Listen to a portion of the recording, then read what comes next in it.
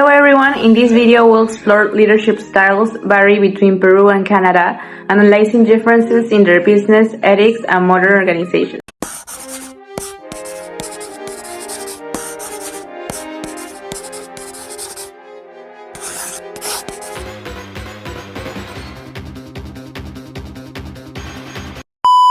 And what are those leadership styles like in Canada?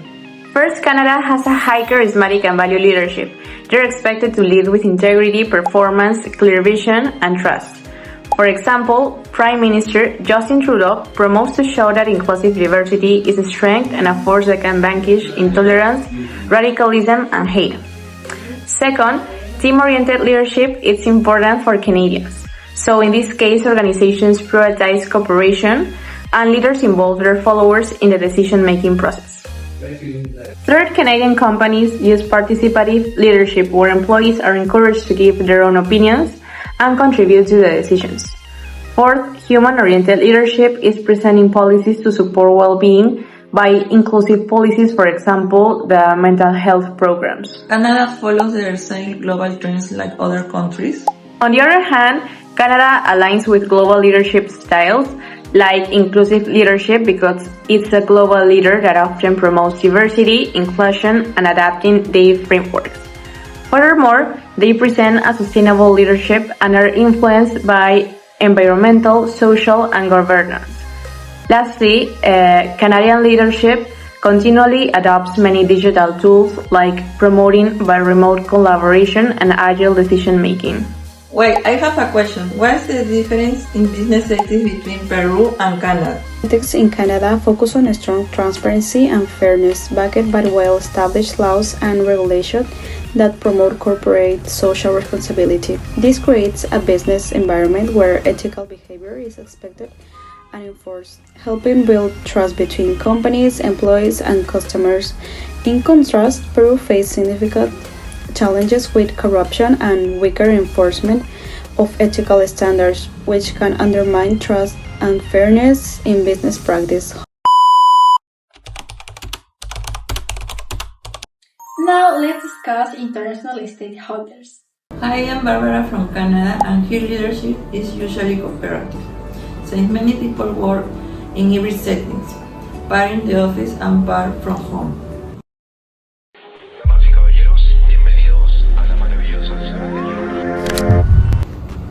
Hi, I'm Camila from Peru. Leadership here traditional being more hierarchical. Most decisions come from the top, but that's changing, especially in startups and modern businesses using digital tools and encouraging transparency. Internal stakeholders like employees and investors expect communication, teamwork, and long-term planning.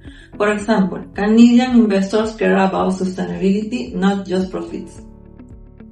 In Peru, employees are used to following instructions, but now they are gaining more voice in the process. Still, inventors here often focus on short-term results due to economic climate. Now let's examine the external stakeholders. External stakeholders such as unions and the government play a strong role. Unions help protect workers' rights and public policies, encourage leaders to focus on diversity and employee well-being.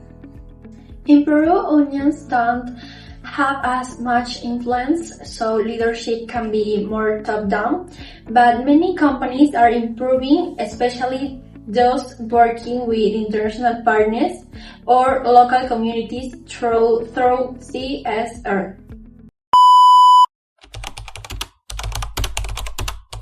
Mr. Trudeau, I'm Monica, a young activist and social entrepreneur from Peru. In my country, many communities still fight for political representation in access to basic services. Do you think leaderships can really change in the equal system? Nice to meet you, Monica. And yes, I truly believe they can. In Canada, we have learned that leadership can reflect our diversity. That's why when I created my cabinet, I'm sure I have equal numbers for women and men. I admire that in Peru we made some progress, but there's still big gaps. For example, Veronica Mendoza is one of the few political leaders who speaks indigenous language, but still very hard for indigenous women to become president.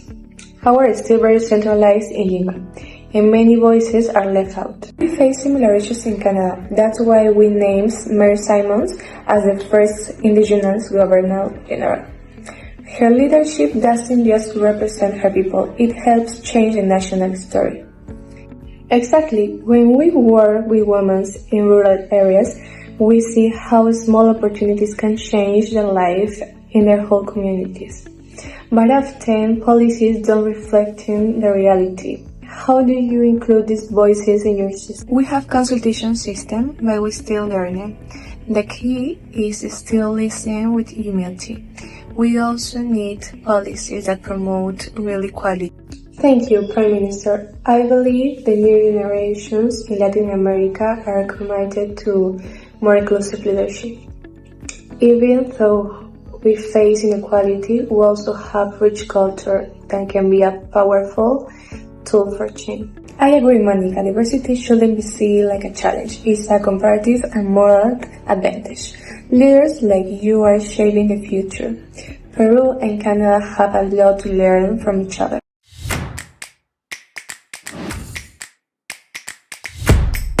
Okay, so now that we understand better everything, I noticed that Canada is a multicultural region, where their main goal is to be a country that has inclusive diversity culture. So government and companies try to introduce diversity. Canada is a country that prioritizes the work group and remote work, but by the other hand, Peru has presential work. But organizations must invest in technology and places that people can work remote. Peru must create a cultural environment where people can work in organizations, where external workers can trust in their organizations and have better conditions. Human leadership is important in Canada because they prioritize mental health, the environment, workers, and their rights. But in Peru, the informality can make these topics apply for workers. The majority of decisions are made by managers in Peru, where leadership are hierarchical, but in Canada there is more equal power, so Peru must apply this change in company.